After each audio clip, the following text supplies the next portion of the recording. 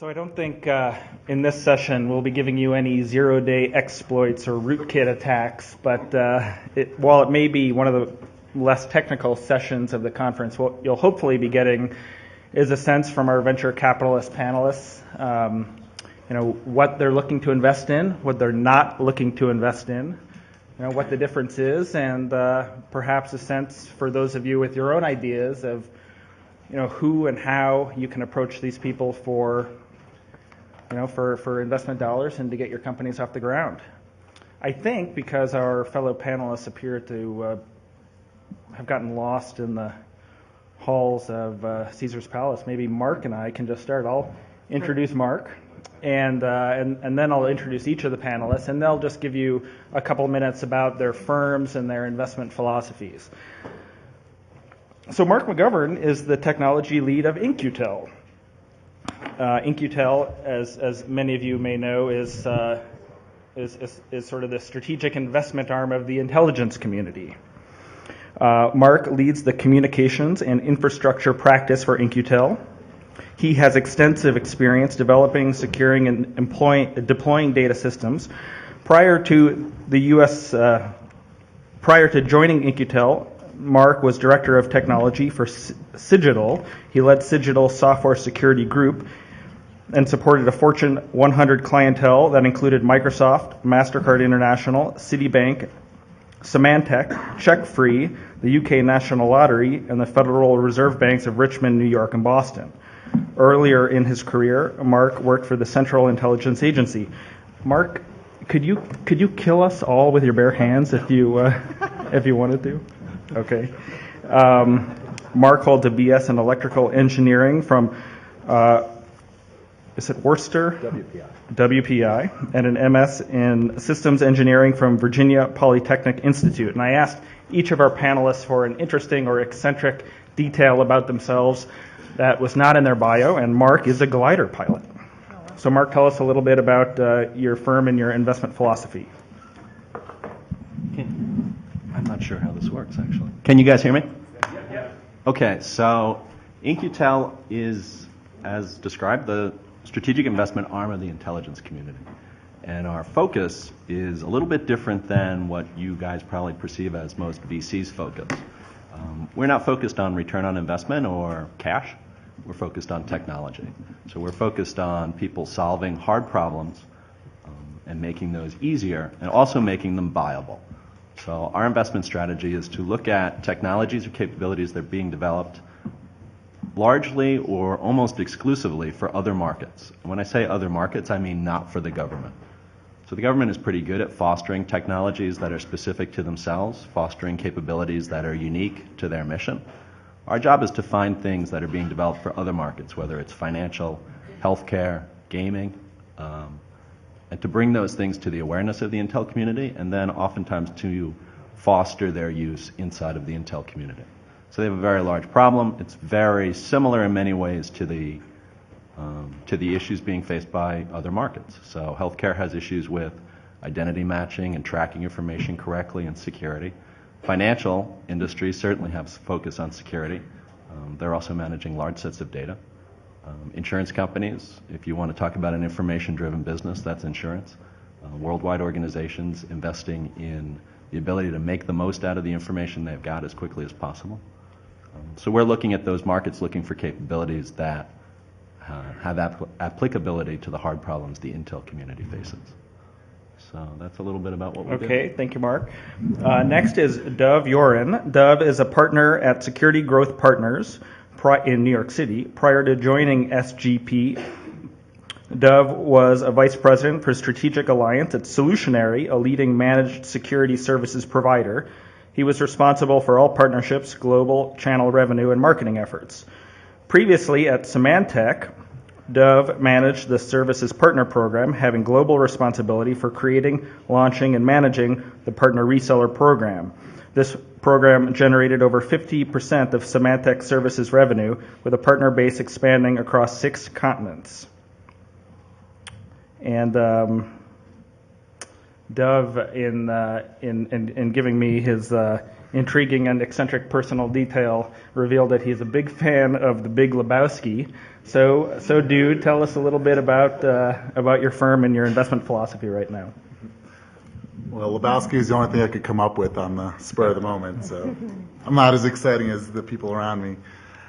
Security Growth Partners was founded on the premise that from really operators in the industry, starting Riptech, a managed security services provider in the late 90s, and helping that come to successful exit, working with another DRM content protection company and helping that come to a successful exit as well. And the idea is taking a very active philosophy in working with our investments. It's very much a collaborative environment where we are an extension of the management team and we're working hand in hand. So the number of deals we do is far fewer, on the order of one, maybe two a year. And really taking that role of using and leveraging our experiences and our network in the industry to help promote, generate, and bring fruit to bear for our portfolio companies. It's focused strictly in the security space, mostly information security, but there's deals that we look at in the physical arena as well. And that's pretty much the whole bit. Okay, thank you, Dov. Next we have Maria Serino, a co-founder and managing director of 406 Ventures in Boston. If you see on her bio, the firm is actually .406. Now, can anyone, and the panelists are not able to participate, can anyone take a guess why they've named this 2-year-old firm 406 Ventures? Ted Williams' highest batting average. That's right, Ted Williams' batting average. Maria is co-founder and managing director of 406 Ventures, a new VC firm focused on early-stage investments in security, IT, and services. She serves as an active investor, director, and/or chairman in one public company and 4 venture-backed companies, including Veracode and Bit9. Maria brings 21 years of entrepreneurial, operating, and senior management experience in venture-backed technology companies. Most recently, she served as a SVP of VeriSign following its 2005 $142 million acquisition of Gardent, a Sequoia Charles River Ventures and NEA-backed IT security company that she co-founded and led as CEO and chairman. And Maria is also an antique car collector.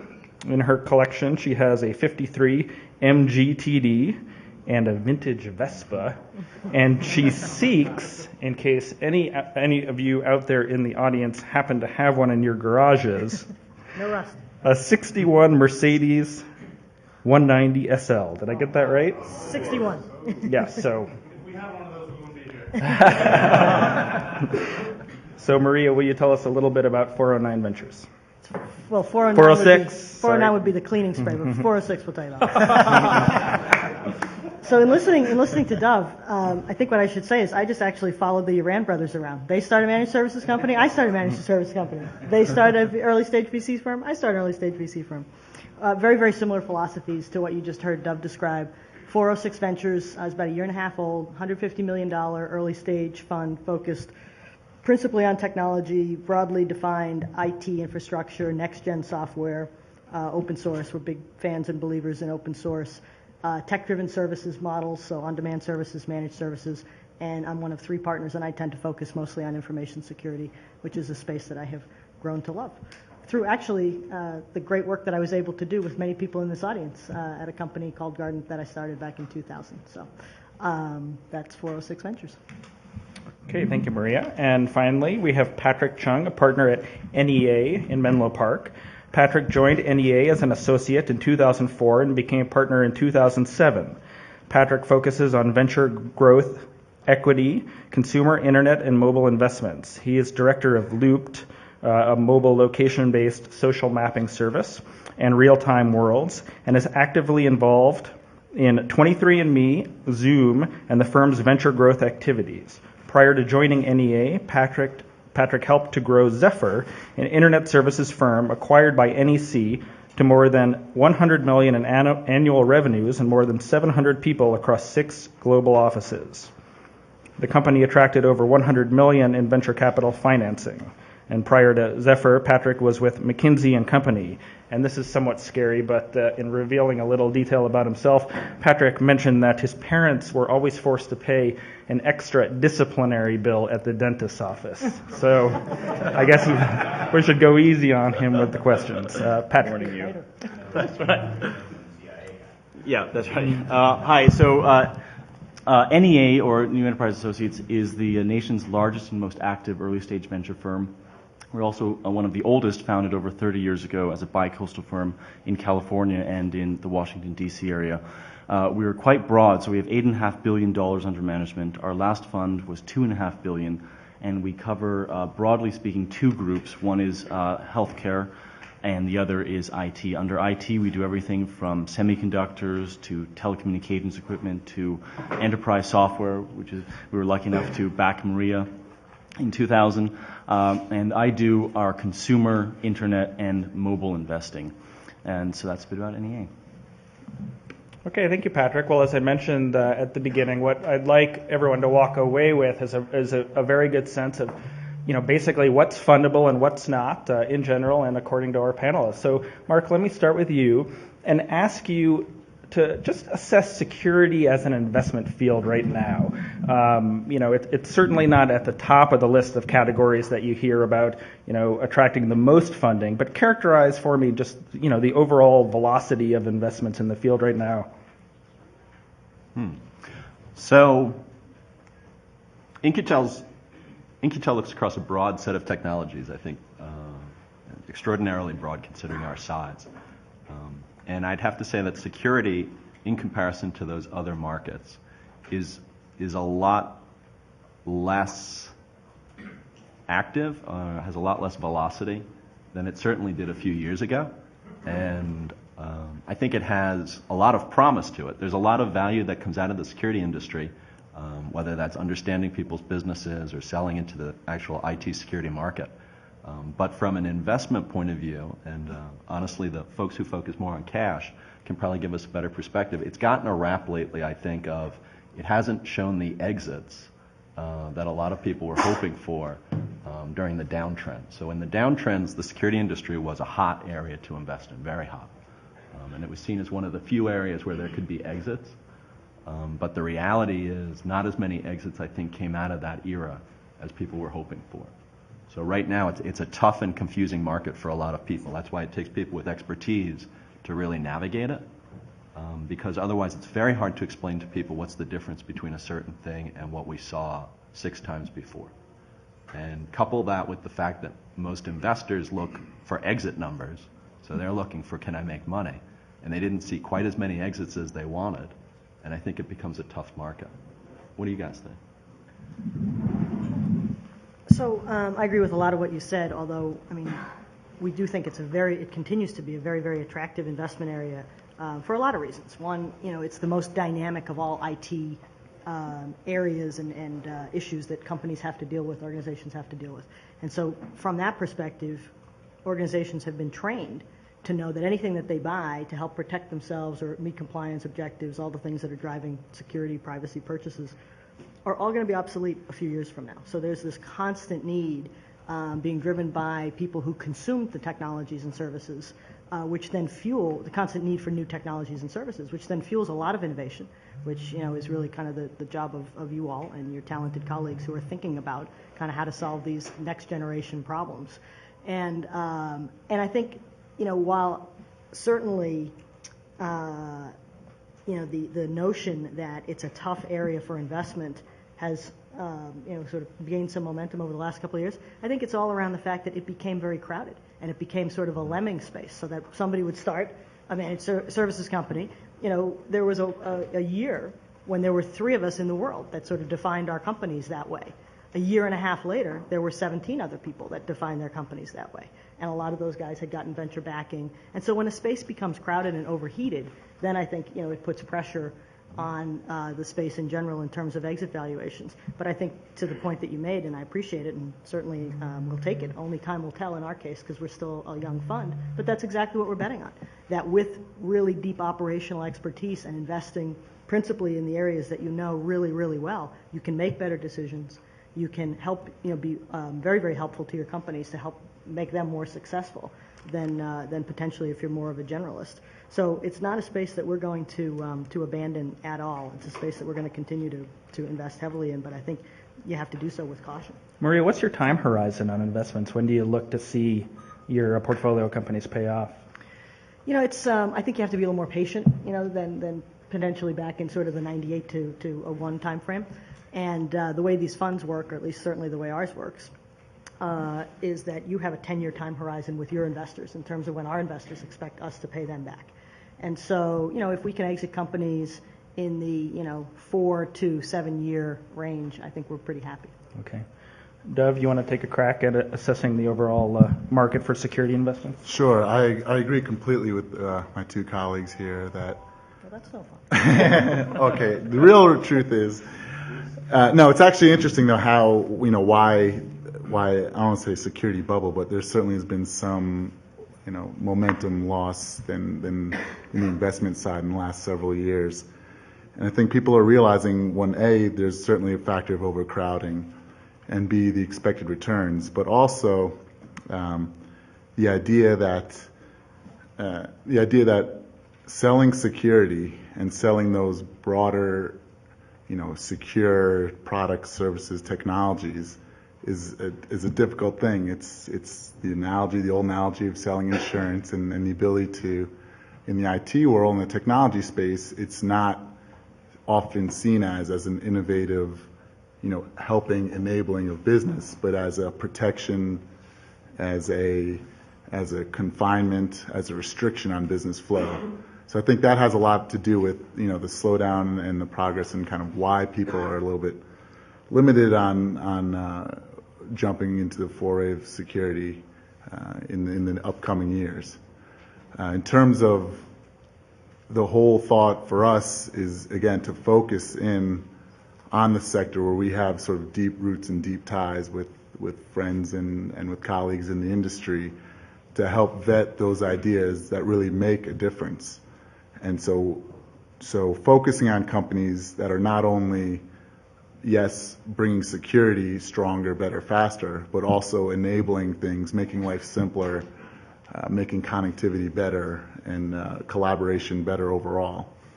And that's kind of what I see the trend moving in the near future. With Bruce Schneier's talk this morning still rattling around in my head, I can't help but wonder if, Mark, you said that security was a hot investment area during the bust. If there isn't some weird, psychological voodoo at work here, where in downtimes, when we just very generally feel less secure, if investors might be more willing to kind of flock into this field. And then in good times, when we're all just feeling very secure in our general lives, less likely. I think that's, and I apologize, I actually missed the keynote this morning. So I think it is true. I think psychologically, the money was drawn into the security. The thought was all the money went into protecting after 9/11 and the issues. So no surprise that security companies were hot, and they drew a lot of attention. And everyone said, well, if I'm going to spend money, what would I spend it on? Well, I must spend it on security. I do think it, and I thought Maria brought up an excellent point in that security has one of the advantages in that because of its nature, there's always innovation expected of it. Whether it's coming out of the DEF CON type Black Hat community or others, there's motivation to keep it moving. That you're never, you want to innovate to do new things, and those new things come with risks. And so the security industry has the advantage always of riding along on innovation, not just calamity. So I think that is an opportunity for entrepreneurs, is to look at, sit here and say, what's going to be the thing, whether it's in the consumer field or in the compliance or regulatory field, what's going to be the thing that's bothering people 2.5, 3 years from now, and to say, what can I do to meet up with that? Because that's the market that's going to appear. And that's a lot of what we look for in emerging technologies, is how good is your perspective on that? And what are you really thinking about? Because the market you're shooting for is oftentimes not there yet. And so what are you looking to marry up with? And what's going to drive the spending? Okay, Patrick, just right off this point, let's say I want to take a step back and go into some venture capital 101 now. As Mark said, you're an entrepreneur, you've read the tea leaves, and you have a good technology. What do you do with it? How do you approach a venture capitalist? What makes a company fundable, and what makes a company, lead you and your colleagues to run in the opposite direction? Well, we hardly ever run in the opposite direction because you never. The simple fact is right. What Mark says is right. As venture capitalists, you try to prognosticate on the future, and just like people who do that in the stock market, you never know what's right. It is kind of a random walk. There are some baseline principles, but you just simply never know how industries are going to shape up, and especially in the consumer world, what consumers who are just so fickle and millions of them will want to do or will like as against another one. So I think the common things that we look for are, number one, the team. I think you'll find a lot of variation amongst the investing philosophies of venture capitalists, but we are a firm that first and foremost values a flexible, smart, humble team who can kind of switch directions on the turn of a dime and really adapt with changing market circumstances. Second, the plan has to be theoretically possible. We have in our venture firm a Nobel laureate 1978 in physics, and he makes sure that most of the ideas we fund are theoretically possible. But short of that, I think some of the most interesting investments have been completely off the wall ideas. Things that you just take a look at and think, my God, why would anyone want to use that? And so once again, you kind of revert back to the team. So if you're an entrepreneur in that space, my advice, especially in the consumer internet space, which is so capital efficient, would be to, number one, build as much as you can before you go out to fund. Get as much angel financing or get as much friends and family as you can, because the earlier you take funding, especially from a large institutional investor, the more of your company you'll give up, and the less your valuation will be. So that's number one. And number two is continuously test the market. So don't hovel up and become a hermit and kind of build your thing in complete isolation. As much as you can, as much as you're able to, do an alpha release. Invite hundreds of your friends to take a look and get that constant feedback. So by the time you approach a venture capitalist, you're already on iteration number 15 instead of number 1, because 15 is going to be a lot better, and it's, in many cases, very easy to get there.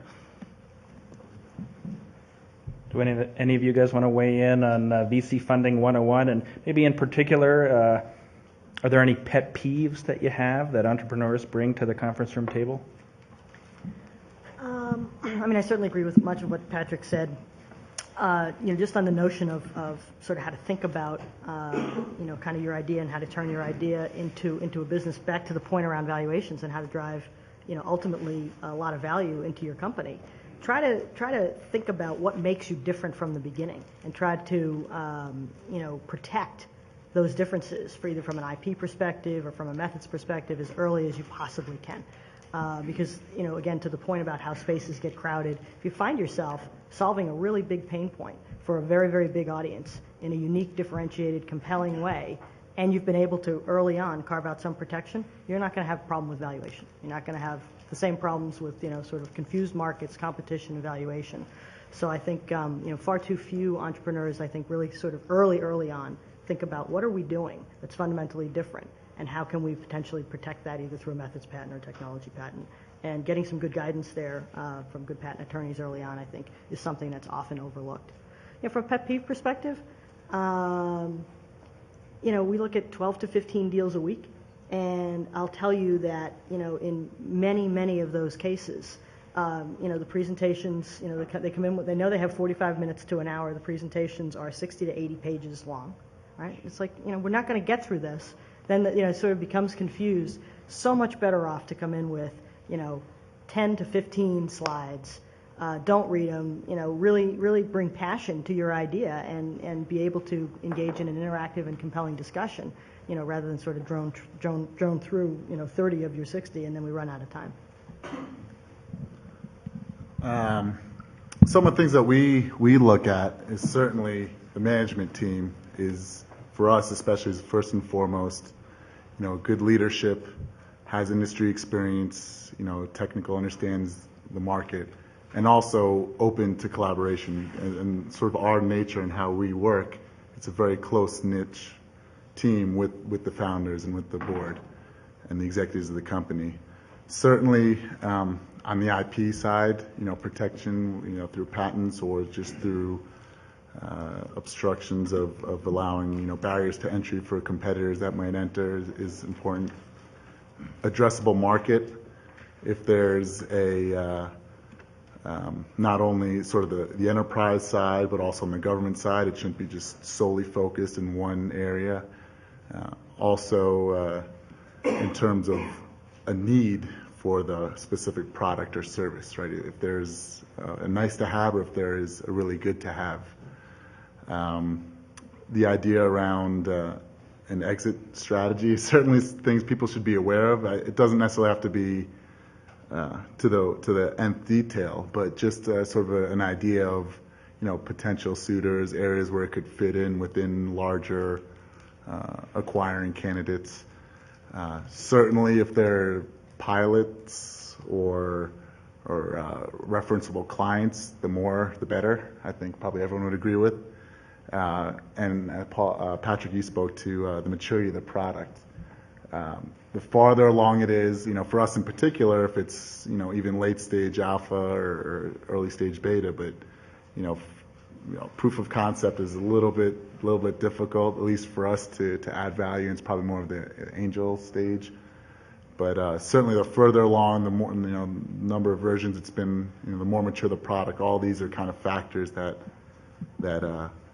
filter into us to make a deal more or less appetizing. In terms of a pet peeve, probably hit on Maria. Someone who's well organized and short, brief executive summaries, 1 to 2 pages, kind of spits out what the idea is without too much marketing hyperbole, and especially if it's in a security play. I mean, we all kind of get the market, so if it's talking to us, probably a little less emphasis on what the need is from the market and more of kind of your differentiator. How many times a day do you hear the word revolutionary? Quite a bit. And about half the number of times you hear disruptive. Right. Disruptive. Mark, tell us, how do you approach In-Q-Tel? Can an entrepreneur call you guys, or do you have to wait for the knock on the door in the middle of the night? There's no knock.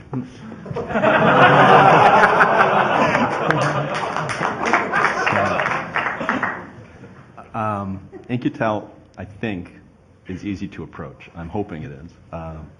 If all else fails, contact me. We have a website you can actually submit through, and we'll see. Maria alluded, actually, it's probably an important thing to realize. In-Q-Tel will see somewhere around 1,300 business plans this year, and we'll do investments. If we hit our target and a little bit farther, we'll do 20. So venture capitalists see a lot of deals. They see a lot of ideas. They see a lot of proposals. And sometimes getting in front of the VC isn't that hard. What's hard is getting past that filter that we all have to have of, should I expend energy on this? Should I put any more effort into this to figure out whether I should put money into it? And that's really what that first meeting's all about, is to introduce yourself, introduce the idea as compelling, introduce the idea that it's worth spending more time on the team. And that's the bigger issue, frankly. So you could submit straight through our website, and it'll wind up on a desk, and probably mine. And the whole idea that I have is it compelling? Is it meaningful? Is there a chance here? You heard some of the references, I think, to the things that different venture teams look for. And a lot of us are looking for similar things, and there's a reason for it. So I really like the fact, and I haven't actually used the word humility very much when discussing VCs before, but it's an important aspect. What VCs are looking for, we're not banks. We're looking to become partners in a business. I do often say, if you're coming to a VC for just money, you're in the wrong place. That's my perception. What you're coming to a VC for is to partner with them. And part of that partnership is an exchange of money or funding. But the other parts of it are the willingness to work together, to listen to ideas, to maybe think about things you weren't thinking about. You know, maybe it's useful in a different market. In-Q-Tel is all about looking at a different market generally, but most VCs want partners or company management teams or technologists who are willing to think about the thing they haven't thought about yet, are willing to answer with humility, why is this better than the other things? And one of my pet peeves, frankly, is the magic, you just got to believe me, it works. I won't tell you without an NDA, and you just have to believe me. At which point I have to say, well, how far am I going to run down the track when I have 1,199 other business plans? That's not a good answer, really. I'm really looking for someone who's going to be interactive, work with me, and adapt over time, because really good businesses, my experience is really good businesses, particularly the ones who start out, we get involved with early stage, what they actually hit with is not what they were pointed at originally. And I'll use an example. One of probably our best known investment ever, perhaps it'll ever be, is a small company called Keyhole, which was bought by Google and is now Google Earth. And you can immediately realize it has value. But the market they were after was the real estate market, which is notorious for not really spending money on technology or really picking it up too quick. But look where it is today. And so that was a very intelligent, very flexible management team, very smart technical depth. And that's exactly what we look for, is that hard problem made easy. Do you want to hear entrepreneurs talk about national security when they come in to talk to In-Q-Tel? You know, I would say not. In general, you know, I've got 20 some odd years working around the Intel community, and unless you do, I generally believe that I have a pretty good idea as to where your technology will fit in that world. What I want to know is, how's it going to fit with Merrill Lynch? What would Maria or Dov or Patrick think if they were hearing this? Because what I want to know is that a technology is viable in another market or in a big market.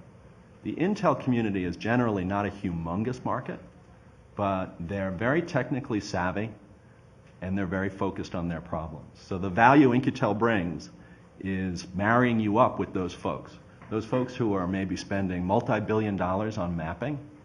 What a boon to have a company like Keyhole working with arguably the largest mapping organization in the world. If you're looking at data analytics, managing large sets of data, data communication problems, mobile problems, here's a worldwide organization who wants to communicate with a sales force that's located around the world and is very interested in understanding connectivity issues and in intelligence operations. So I think I appreciate the fact they think of us in that way, but I'm more interested in the commercial markets. Okay, I'd like to invite the audience to ask some questions here.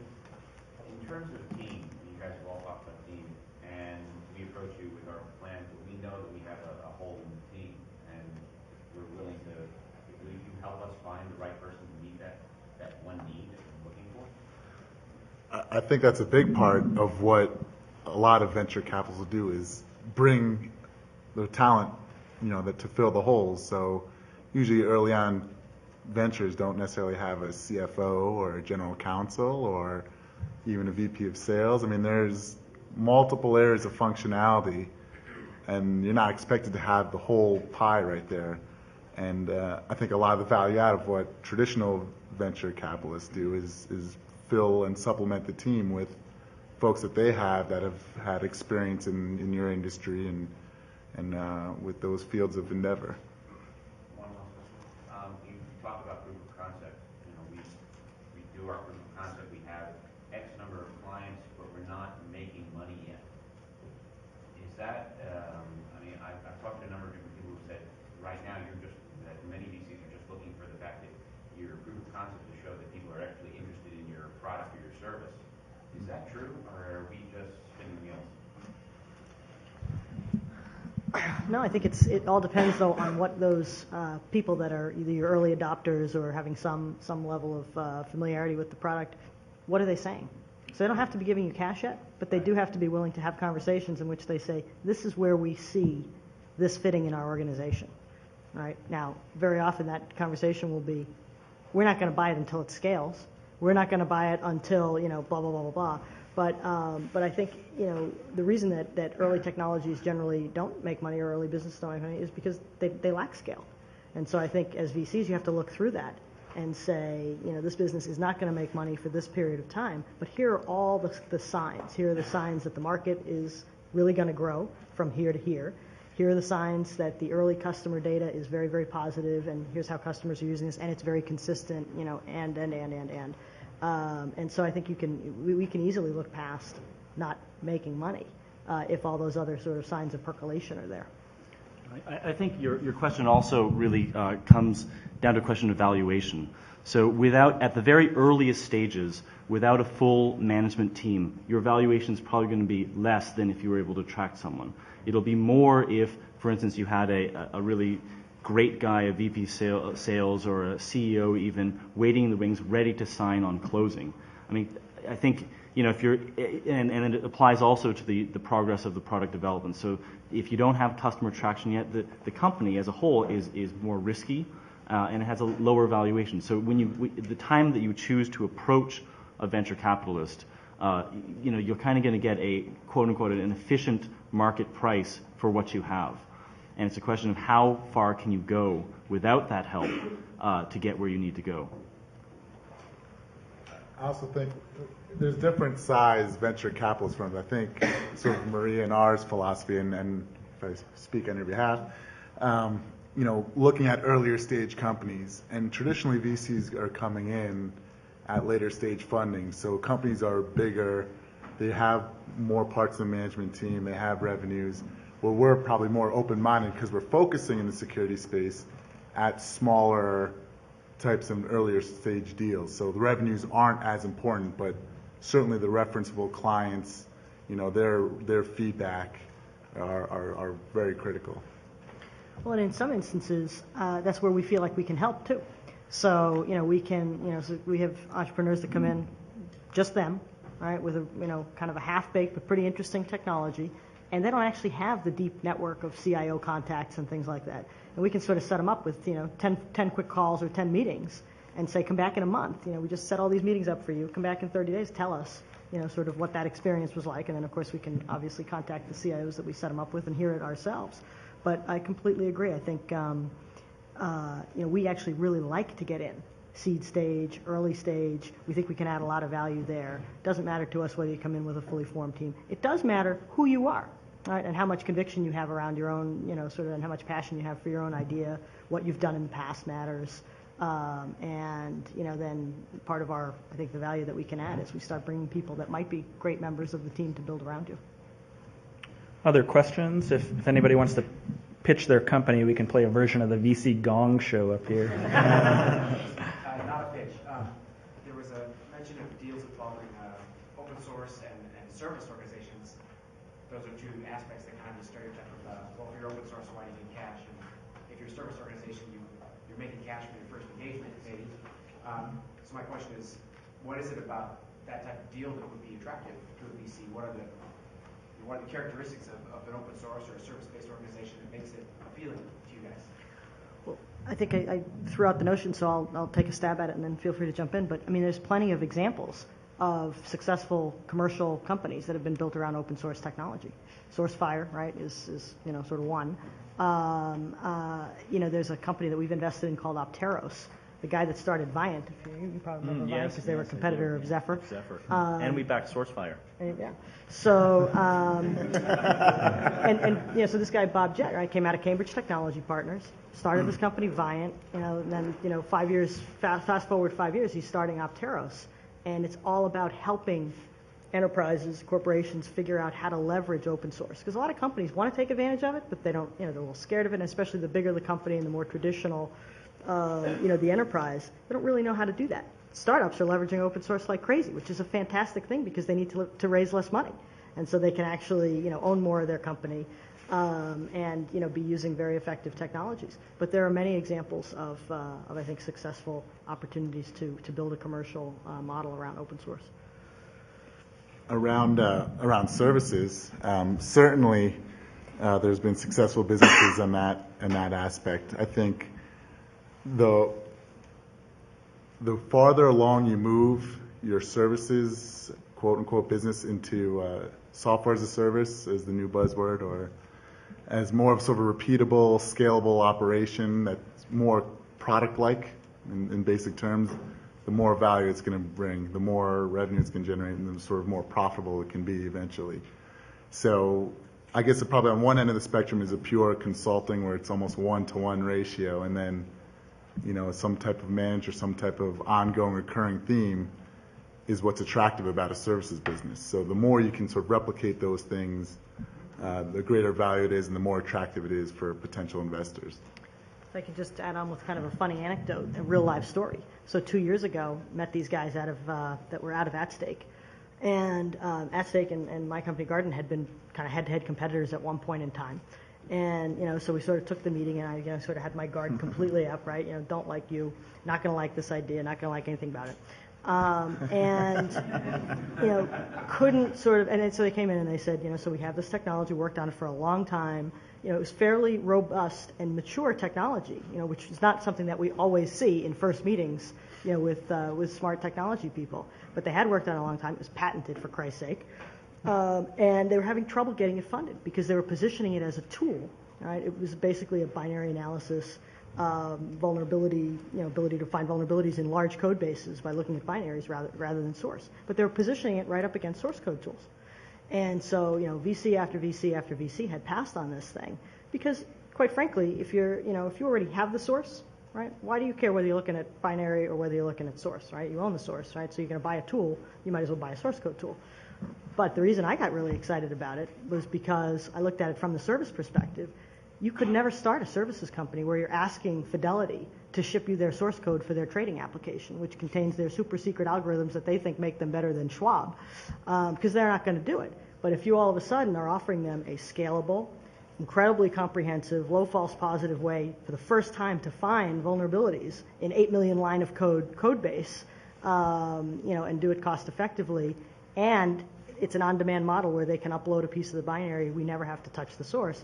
That's a whole new, interesting business model around an age-old problem that hasn't been fully addressed. And then as soon as we change that, and so another funny aside, so I said to these guys, I had to think about this for a while, came back and said, I think I figured out why you're not getting funded. All right, you got to get off this notion that we're a tool. You should be a service. And as a service, I think you're incredibly fundable. And in fact, I'll throw money into it, and I'll help you get other funding, and. And they sat there and they looked at me and they said, but we don't want to be a services company. I said, you're kidding me, right? Why? They said, because, services companies don't exit at as high multiples as software companies. I said, no. That's the old world. This is the new world. And I think, I would argue that, in fact, quality services companies that are scalable, subscription-based, technology-driven, right? So there is a technology that's proprietary and powerful at the core of this service. Those are more valuable companies than enterprise software companies today. So, that company's called Veracode, by the way, today. Veracode. Yes. Can people on the panel share any anecdotes, like the worst pitch you ever heard? You better not say it was mine. Obviously it wasn't. I'd be dumb if I did. I'll throw one out there only because it's so remarkable. And I think that's what she's looking for. I did not meet with this person, but I did get a very well-written, very well thought-out pitch on time travel. And it was a Princeton graduate who was pretty notable, and no, I'm not saying anything about Princeton. And it was a very interesting concept. It would have made a really interesting book. But Novel, it's fiction. yeah. I'll just sum up mine with 2 words. Caffeinated soap.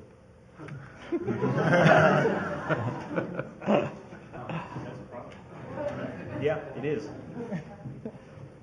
Any other horror stories? I knew one that wasn't sort of related. I remember it was an internet company with Just Balls or something, where you can order any kind of ball you want. JustBalls.com is some like things probably stretching. Did they get funded?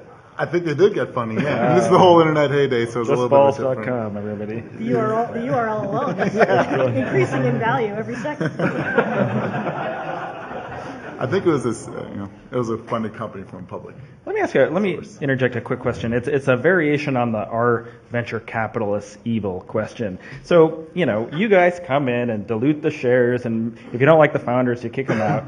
At the same time, arguably, it's more possible than ever now to start a company without venture capital. You can use open source software and web services. So let me ask all of you, if you were starting a company today, would you and when would you go talk to venture capitalists? Actually, before we get into that question, Don't ask me, are journalists evil, please? Sorry, and then I'll pass to one of these guys. So we don't even look at ourselves as a venture capitalist. We look at ourselves as sort of a mesh between an angel / venture or private equity, because we're much more of a hands-on approach. I think a big part of the disenfranchisement with today's venture model is, give the money and the talk about introductions and opening doors, but it doesn't really happen as much as I think the entrepreneurs think it will. And so we try to take a much more active approach as that kind of separates, at least from our philosophy, and sort of going in at an earlier stage. So for what that's worth. I think it really depends on what type of company you're starting and whether the particular venture capitalist that you approach can help you. So, I'll give you, in the world that I invest in, consumer, internet, mobile, I'll give you, two typical examples. One example is if I started another social network or a photo sharing site. I could get it off the ground pretty cheap. If I tweaked it just right and it was viral and it caught on, it could scale pretty fast. And, I'd need some money to buy server space and all that, but, there isn't anything fundamental to the business that really someone else could help me with if I myself were pretty good at tweaking virality and social networking and all that stuff. Another example, a company that we actually funded, was a mobile application, a location-based mobile application. Now, technically, these two founders, they were 19 sophomores from Stanford when we first met them. They could build this thing. It looked great. It was beautiful, except that to really get it to the market, they needed carrier adoption. They needed Sprint and Verizon and T-Mobile and Singular AT&T. Now, two 19-year-old kids who dropped out of college walking into the CIO's office of Sprint is not a meeting that they, regular people themselves could get. And they couldn't speak with a great deal of credibility, even though, frankly, they deserved it. And so, that network that a firm like ours had over the last 30 years helped them a lot, and it was essential to them. So my advice to anyone starting up a company and saying, should I take venture, should I not, is, I would be open-minded to it, and I would walk in, and I would, instead of, you have to do a little selling to the VC, but have them sell you on the VC. Ask them, here's, I could just chart out the path. Hey, I could do this by myself. Here's what I do. What difference will you make in this path? How will you change the trajectory of this company? And if they convince you, and you talk to companies that they've worked with before, and those companies say, yeah, they were true to their word. They did make all those introductions that you read about on their website. And I think that is a great way to proceed. And for many companies, it is. I mean, if you look at the stars of the NASDAQ today that started off as startups out of people's garages, most of them were venture financed. And it wasn't, just like Dov said, it's not merely the money and the financing, or Mark said this, it's the help. And you should be very clear about what help they'll give you, and you should have them sell you on them. Yeah, I think I agree with that, but my philosophy is, take as much money as you should, but as little as you can. And so, that becomes, I think, a productive discussion that you can engage with a non-evil VC. Who it's all of us. Who will basically push you on that and kind of push your thinking on that, and sort of really kind of dig into some of your assumptions and your models that say, how much do you really need to do this? Because it's actually in everybody's best interest for you not to take more money than you will really need. And that's very different philosophy than trying to raise money 6-7 years ago for a company. Back then, the prevailing wisdom was take as much as you can whenever you can. And it was wrong, right? A lot of us basically owned a lot less of our company at the end of the day because we took a lot more money. And guess what you do when you have a lot more money? You spend a lot more money, right? I want to talk about evil. Let's talk about, there are evil VCs, just like there are evil people in every industry. I had a very evil blackjack dealer last night. Evil right? So, I don't think it's endemic to this industry. But I mean, I also think venture capital is evolving as an industry. And I think that what made, venture capitalists, it's only a 35-year-old industry, by the way, right? It's a pretty young industry. And so while there's some data to look at, I think the story is going to play out over, a much longer period of time. And I think what made VCs great, 30 years ago and 20 years ago, is not, and what made them very successful is not necessarily what's going to make them successful over the next 10 or 20 years. And I think that, we're kind of heading back to basics with VC in a lot of ways. And that's where the specialization comes in, and that's where the notion of, really strong business partnering comes in. And I think the point Patrick made is dead on. If you're fortunate enough to be able to pick your VC, really sort of, do that intentionally in terms of a personality fit, a chemistry fit, sort of the focus of the firm fit, because, it's like any other relationship. You're going to be tied together for a few years, and, hopefully those interests are aligned. But I also think that the VCs, what makes a VC evil, by the way, is that, they're being unfair in terms of the terms, right? They're either being unfair in terms of valuation, and by the way, that's, I'm sure that that's a matter of opinion in most of those situations. It's perspective, but that could be one thing that brands people as unfair. But I think moreover, it's terms that are fundamentally hugely favoring the venture capital firm and really disfavoring the entrepreneur. And at the end of the day, you don't see a lot of that anymore, right? Because good deals have competition, and those terms become a matter of, market. Sort of the market sets the value of those terms, just like the market sets the price of the deal. And so I think, the firms that kind of got away with that are not going to be the rock star successful firms of the future. And you're going to see a way fewer venture capital firms over the next 10 years than you did over the last 10. And I think a lot of that is how you partner with your entrepreneurs. The key thing also to look at is invest with a partner in that firm who you have, you can get references on, who will say, I will invest with that firm and with that partner again, right? Find a partner who has entrepreneurs that are willing to say, if I were to do it all over again, I would want that person around my boardroom table. That tells you everything. It tells you everything you need to know. Other questions? Yes. Kind of building on the keynote speech this morning, it took it invested for you. He was talking about the psychology of buying security, or how we perceive security and what we're willing to pay for security. I'd like to flip it around. You guys seen successful companies, unsuccessful companies, and when you read value propositions for companies coming into the security space, it's either buy our stuff or bad things will happen to you. Buy our stuff because regulations say you should buy our stuff, which sounds boring, but seems to drive a lot of purchasing.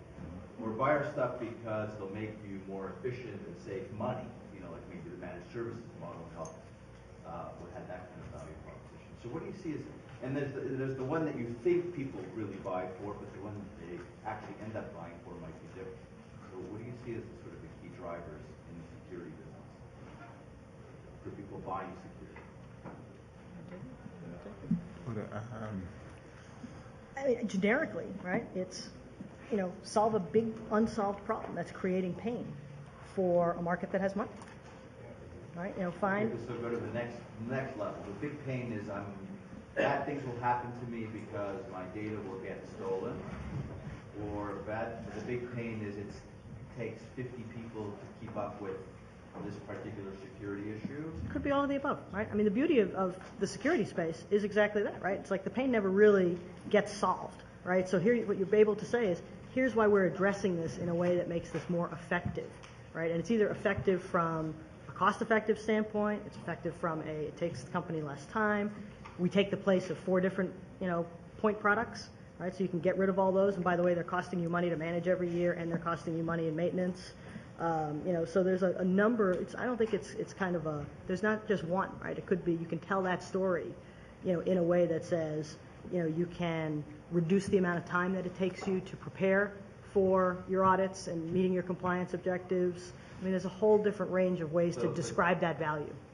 The one about the buyer stuff where bad things will happen. That's the toughest one. So I would argue that if someone comes to me and their argument is, there's this problem out there, and it's not going to become mainstream, it's going to be focused on a small group, or a small group will feel it, and people should live in fear of it, and I have the solution, that's a very hard argument, I think.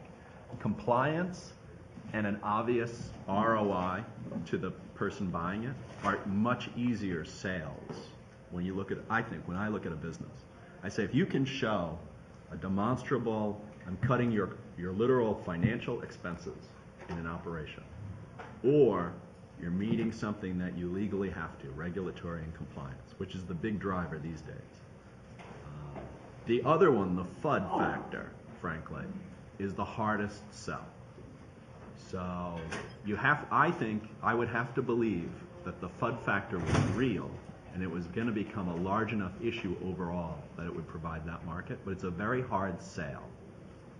And I see a lot of businesses actually, frankly, that are hoping to move FUD, I'll call it that, FUD, from an idea to a compliance requirement, which is an interesting tact, right? But it requires people who are influential, who can stand up and say, let's say in the e-discovery world, where you're seeing a lot of interesting forensic tools, maybe getting a lot of funding because of e-discovery.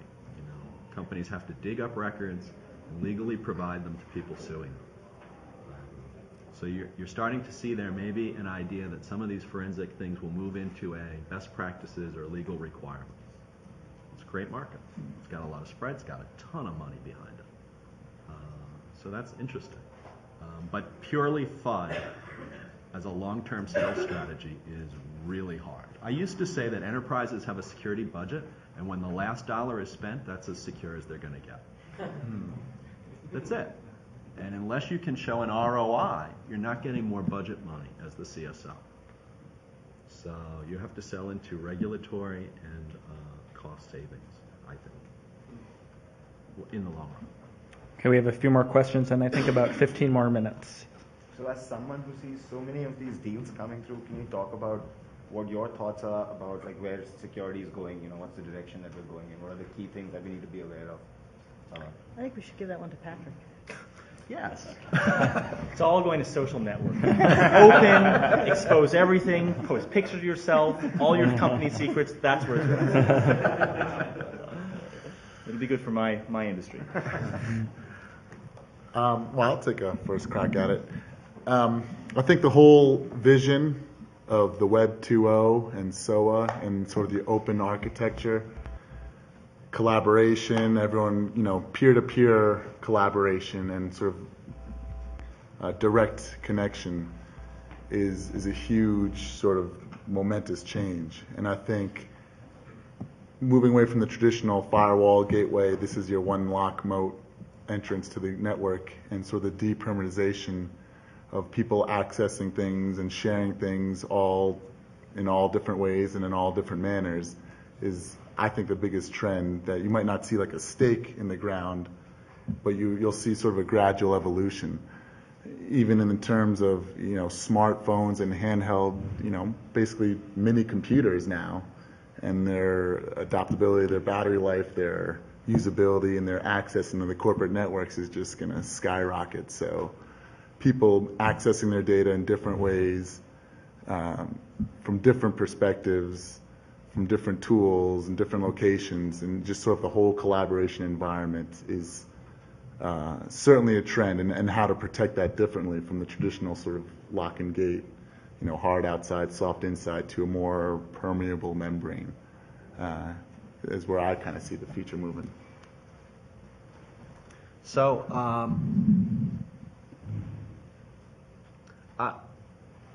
I agree, and I'd extend it to the opportunity security has in the next few years is exposing the reality of what's happening and making it more valuable to organizations.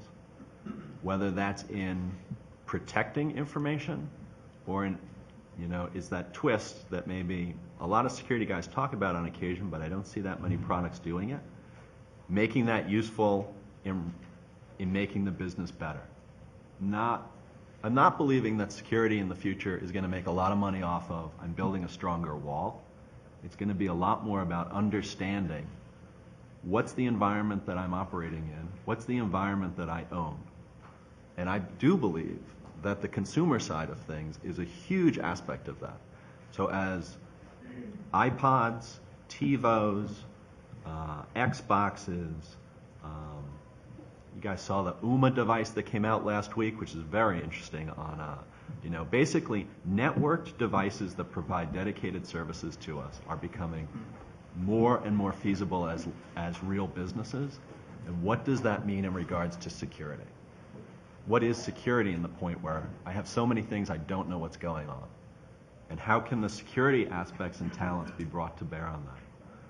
I'll say that as where I think it's going. Another area where I would really like to see it go, and frankly I don't see much money in it, much money being put into it where I think it should, and then that's drawing the electronic or internet capabilities back to physical.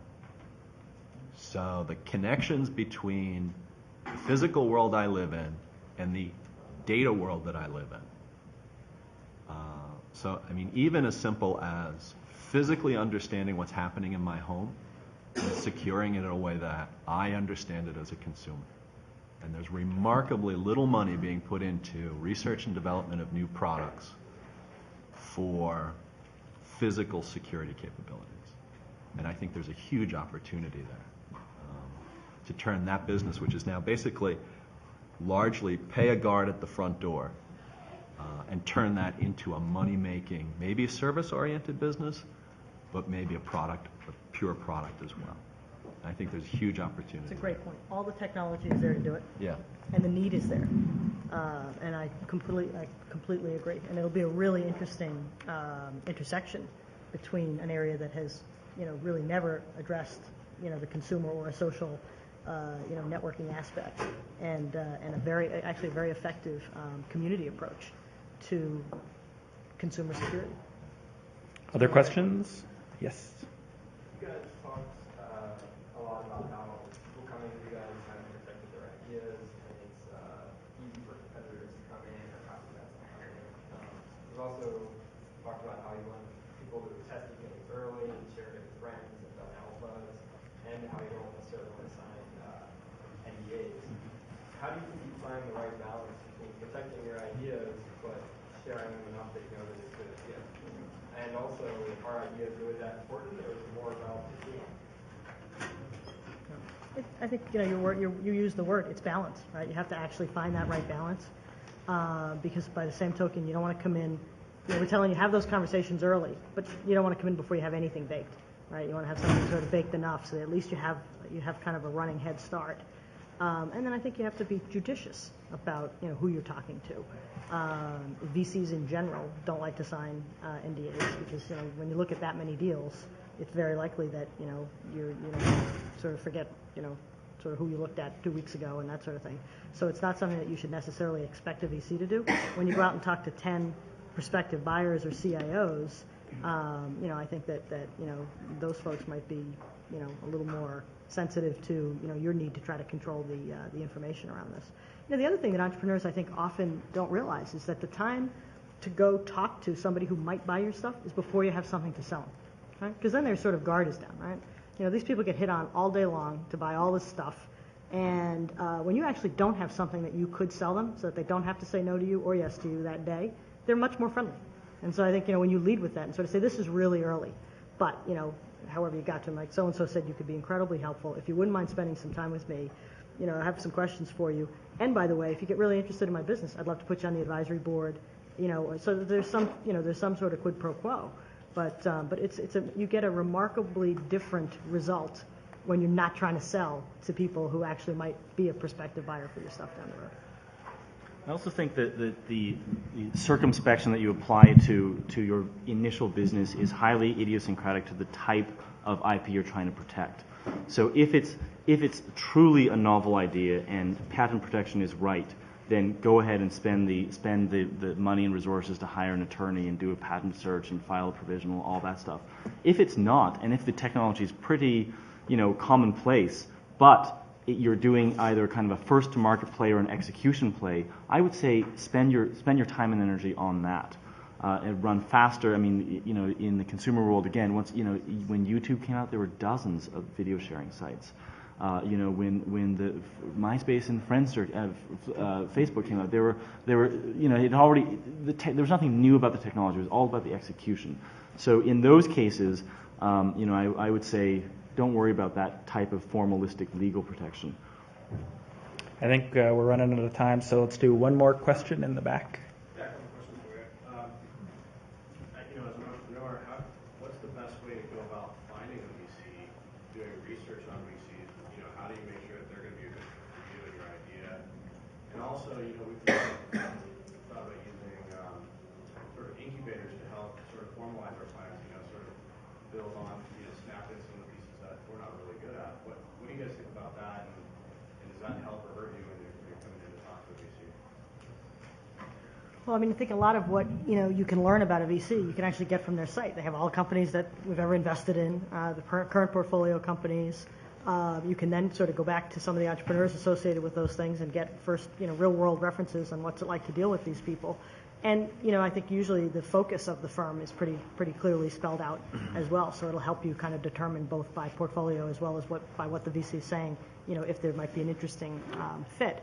And then I think it's a matter of going and having the conversation or having the meeting, in terms of determining that. What was the second part of your question? Incubators. So I think, again, sort of what you're seeing, and this is, again, the piece where I'm alluding to the fact that this industry is in transition, the VC industry is in transition. A lot of the newer firms that are popping up that are sort of operator-centric rather than more traditional investor-centric are designed really to do that. We want to get in early and help you put those pieces together. You don't call it incubator because that was sort of a dramatic failure, a few years ago. But call it whatever you want. But that is essentially what I think a lot of these emerging operator-centric funds are intending to do.